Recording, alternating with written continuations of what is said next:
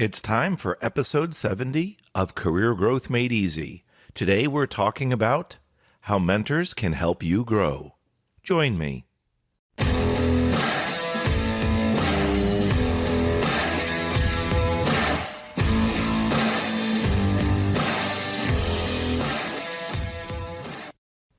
Welcome back to the Career Growth Made Easy podcast, episode 70, Mentors Can Help You Grow.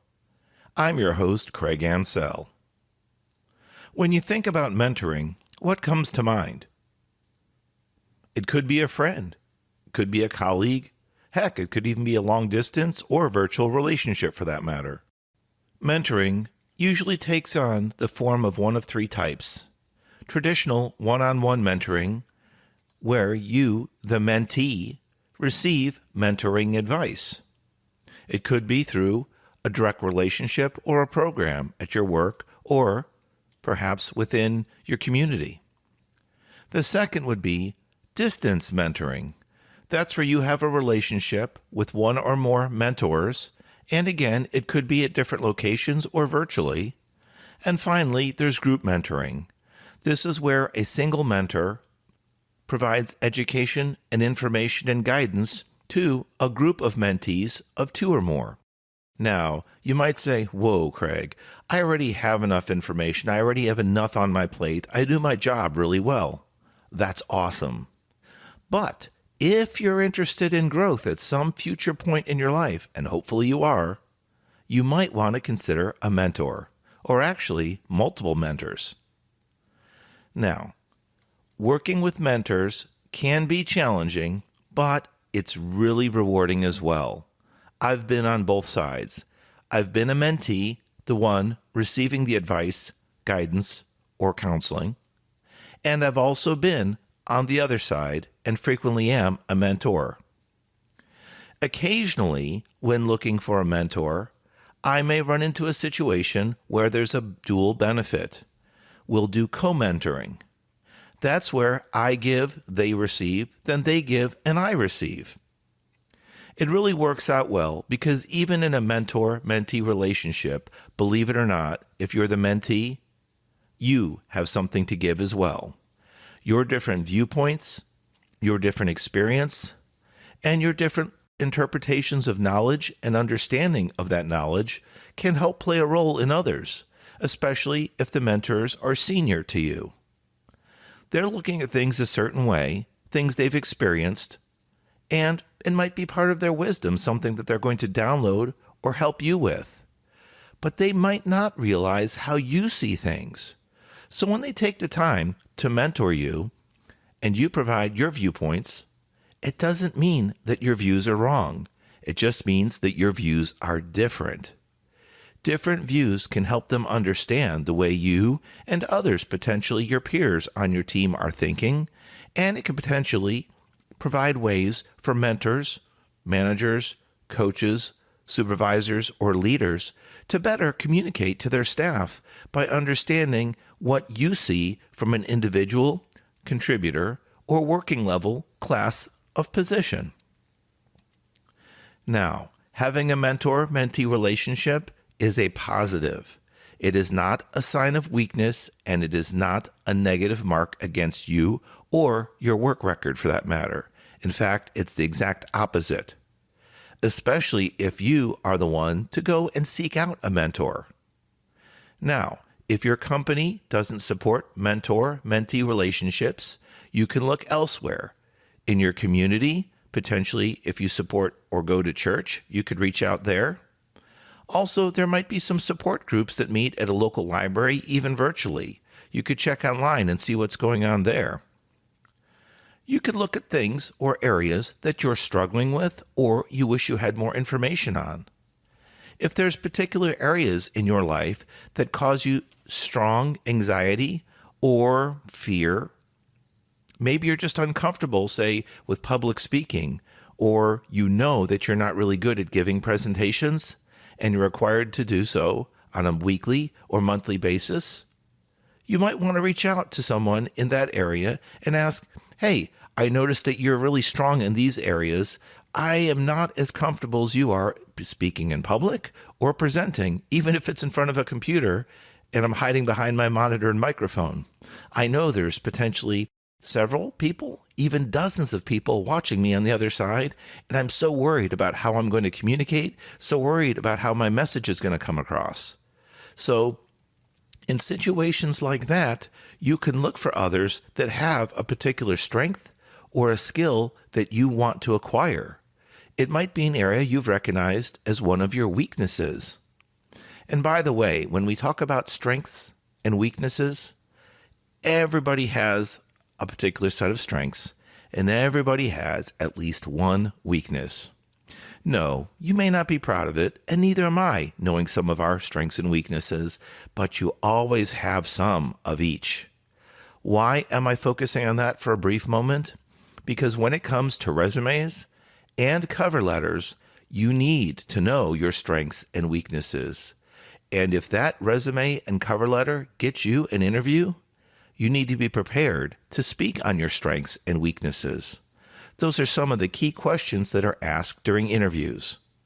So, if you do approach a mentor-mentee relationship, it will help you with some of your weaknesses, no doubt.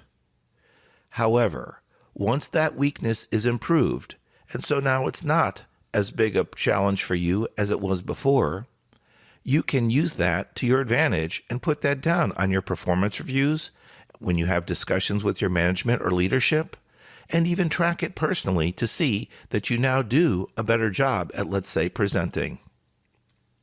Once that skill is strongly polished, and it might take some time, you could then say, okay, I've turned a weakness into a strength. A+ for you, good work.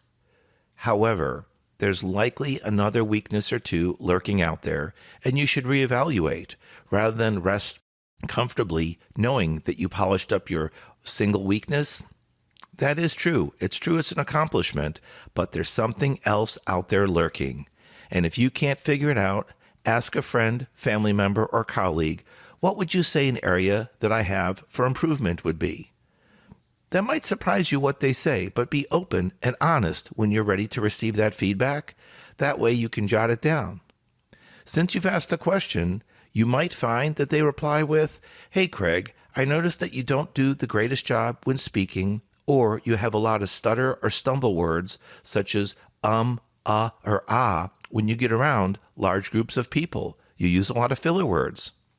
Just resist the urge to respond and take down notes. Also, when you get put on the spot, sometimes you start speaking immediately instead of composing your thoughts. By the way, that's a very common thing for us to do.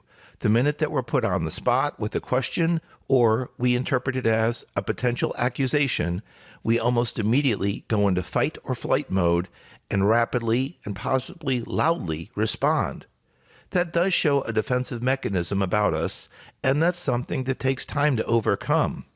So if you ever get mentioned that you respond aggressively or defensively when someone questions you or questions or challenges a topic or project you're working on, just think about that for a moment and see how you could change and improve your communication style, possibly by having a mentor, so that they can kind of monitor you over a time period, whether it's 3 months, 6 months, a year. You could meet every couple weeks, maybe once a month. But with mentoring, you just want to see if you're growing, if you're improving with those areas that were identified as weaknesses. That's truly the case with the mentor as opposed to a coach. With a coach, let's say a baseball coach or a voice coach, you go to them for a specific reason. I need help with X. And they help you with that. Maybe with baseball, it's to help you with pitching or improve your batting. With a voice coach, maybe your voice cracks and you want to try to get a better vocal range. I don't know. But with mentors, it's a little different because they're here to help you grow. And meaning, as your weaknesses change because you're improving upon them, you can ask for different levels of help from them. If one mentor doesn't have the experience or knowledge that you need, you could keep them and say, "Thank you so much for working with me for 3 or 6 months. I really appreciate it. I'm going to seek out a second mentor to work on a different area of my weakness and a different area of focus." You can keep in touch with them to check in every now and then and let them know how you're doing, or you can professionally, respectfully close your first relationship and move on to another. Mentors understand that it is a temporary relationship in most cases. Some will last a couple cycles or a couple meetings, which again could be once a week, once a month, whatever works for you and their availability, their bandwidth. Then they would move on to someone else, or that mentor would potentially take a pause and go back to the regular work.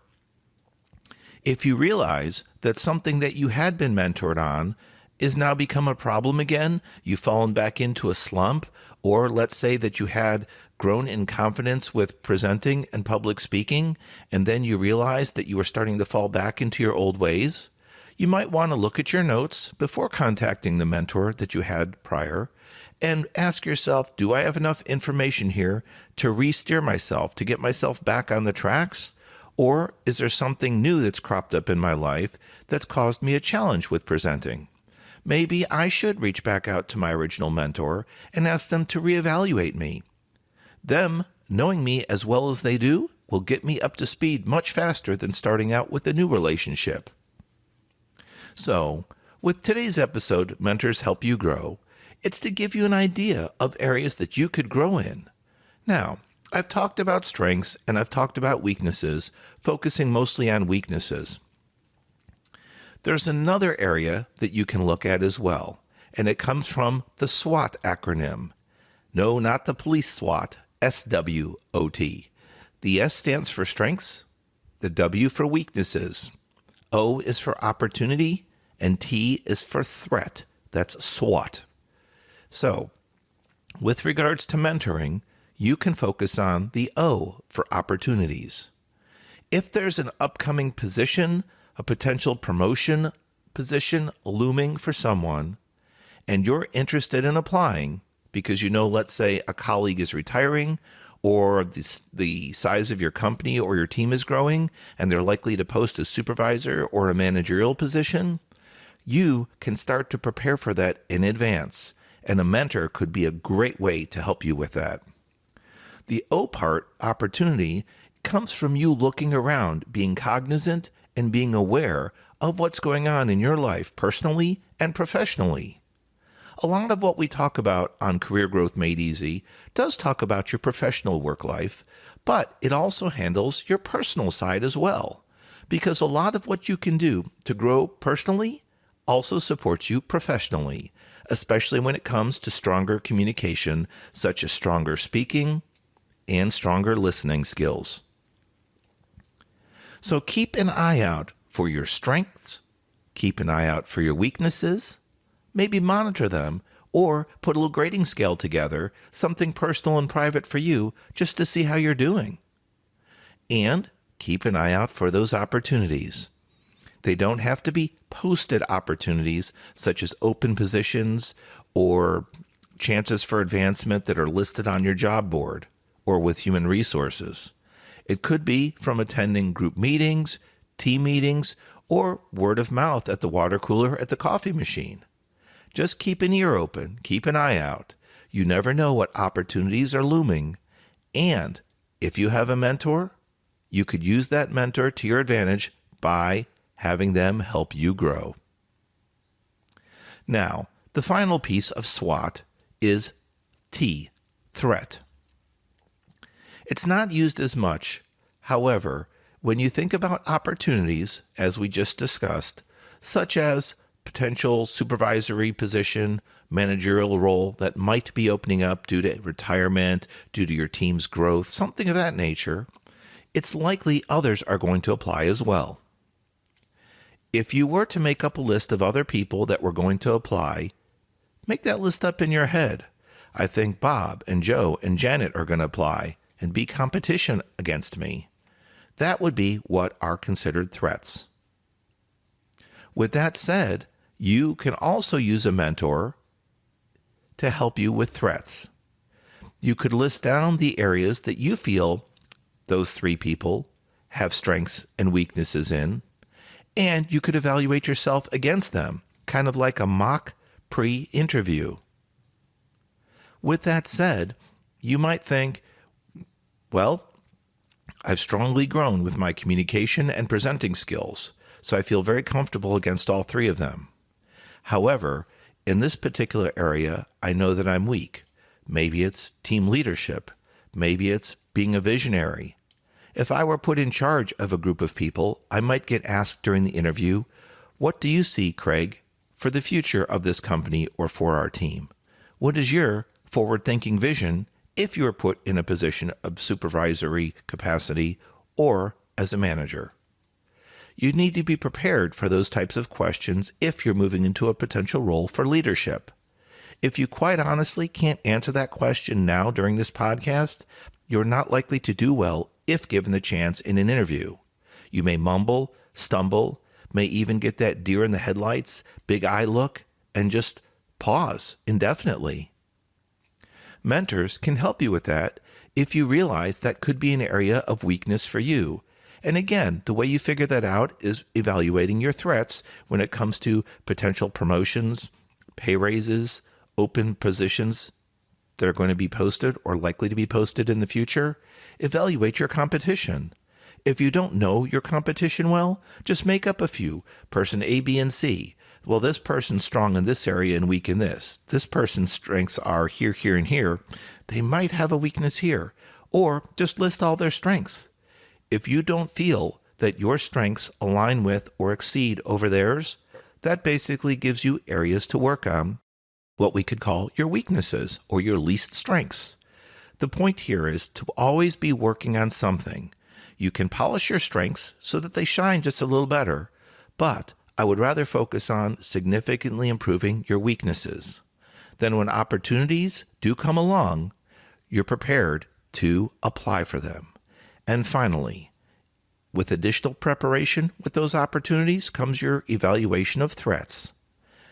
Think about your potential competition and how you can outpace them or outperform them, even when it comes to discussions such as interviews. Then, when you're awarded that supervisory or managerial role, for example, you'll be ready to perform. I hope today's podcast, episode 70, Mentors Help You Grow, gives you an idea of some areas that you could work on with regards to growth, and you might have been able to think of some potential mentors that you can work with. As we said earlier, there's different types of mentoring, one-on-one, distant or virtual, as well as group mentoring, which again can be in person or virtually. You don't have to keep the same type of mentor relationship with each. One might be one-on-one because they're nearby, your neighborhood, your apartment complex. Another could be virtually, and they don't even have to be within your same company. It might just be something that you're aligned with, something that you're both familiar with. You have something to give them, co-mentoring if you will, and they have something to give you back. Typically, mentoring sessions are done at no charge and as a courtesy to each other, though I have heard of some which do require payment. I hope you're doing well during these recovery of COVID times and you're enjoying my Career Growth Made Easy podcast. I've been your host, Craig Ansell. I look forward to serving up future episodes to you. Please go out to social media at Craig Ansell for LinkedIn, Facebook, and Instagram, as well as iTunes, Spotify, and others. And please give us some solid ratings and reviews. We look forward to hearing from you, and if you have any particular challenges or concerns, you can reach us on that social media platform series or directly to me, craig@craigansell.com. I look forward to hearing from you and serving up fresh new episodes. Have a great week ahead.